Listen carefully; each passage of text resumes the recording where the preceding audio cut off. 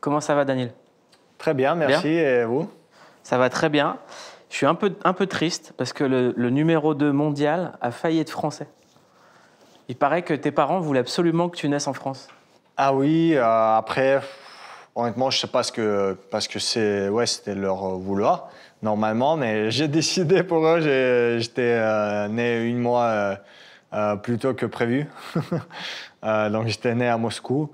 Honnêtement, je sais pas ce qui pouvait se passer si j'étais né en France parce qu'ils voulaient faire ça pour effectivement au moins avoir le deuxième passeport. Donc ouais, je peux pas savoir ce qui pouvait être le cas si je vais pour France, Russie. En tout cas, finalement, comme j'ai dit, c'était hors question tout de suite. Donc oui, on peut pas savoir quoi. Ça a été quoi ton premier contact avec le tennis?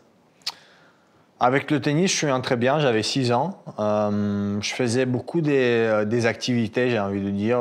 Ma mère m'a envoyé beaucoup un peu par-ci, par-là. On était en natation. Et il y avait un avertissement.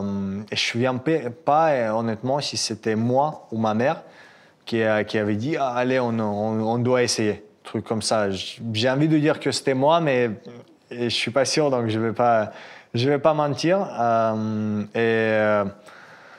J'ai essayé, il y avait, je ne sais pas combien, mais beaucoup de mecs qui voulaient être dans la groupe. Moi, pas forcément, mais j'ai venu juste pour jouer. Et l'entraîneur, elle a vu quelque chose en moi. Elle a dit, allez, je le prends. Il y avait un groupe de 20 personnes, après de 8 personnes. Donc, ça avait enchaîné. Maintenant, je suis là avec vous. Ce qui est dingue, c'est 2014, tu es 643e mondial. Aujourd'hui, tu es 2e mondial. Donc, en 7 ans, l'évolution, elle est incroyable. Est-ce que lorsque tu as touché une raquette de tennis pour la première fois dans ta vie, tu te serais imaginé ça? Non, jamais. Je me souviens très bien que jusqu'à 8-10 ans, en tout cas en Russie, c'est populaire. Parce que tu entraînes, je sais pas, 1 heure par jour, 2 heures par jour, tu n'entraînes pas beaucoup. Mais tu aimes bien le tennis, donc tu joues avec la mur dans ta maison, tu accroches un peu les murs, ça fait pas beau, tes parents ils peuvent te un peu engueuler, c'est pas le bon mot, mais te dire que c'est pas bien parce que ok, tu t'arraches la maison un peu.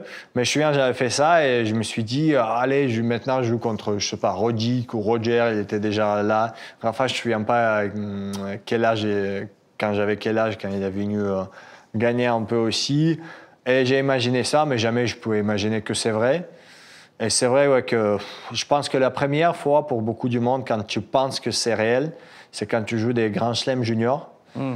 Et tu arrives là et tu vois tous les joueurs de tennis qui sont plutôt normaux, j'ai envie de dire. Ils font la même chose que toi, ils vont manger, ils vont dans le vestiaire, changer, douche, jouer leur match.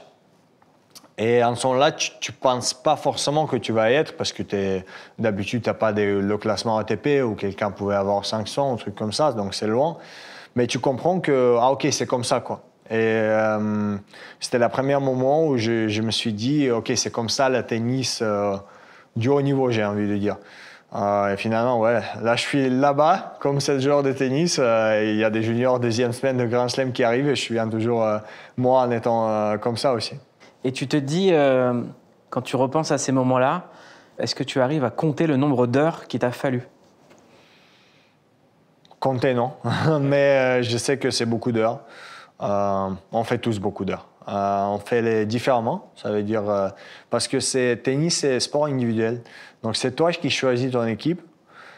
C'est toi qui choisis ce que tu fais. Par exemple, je peux très bien dire, mon équipe, bien sûr, ils vont dire peut-être qu'ils sont pas d'accord avec moi, et c'est ça le travail en équipe, mais si je veux, je dis, écoutez, 2 semaines là sans tennis, je suis fatigué, je veux rester à la maison, 2 semaines sur le canapé. Ok, on sait que c'est pas bien pour la performance, mais donc c'est pour ça que j'ai envie de dire, je sais que j'ai beaucoup investi mon temps et mon physique, j'ai envie de dire, dans le tennis. Ça va plutôt bien marcher, donc je suis très content de ça.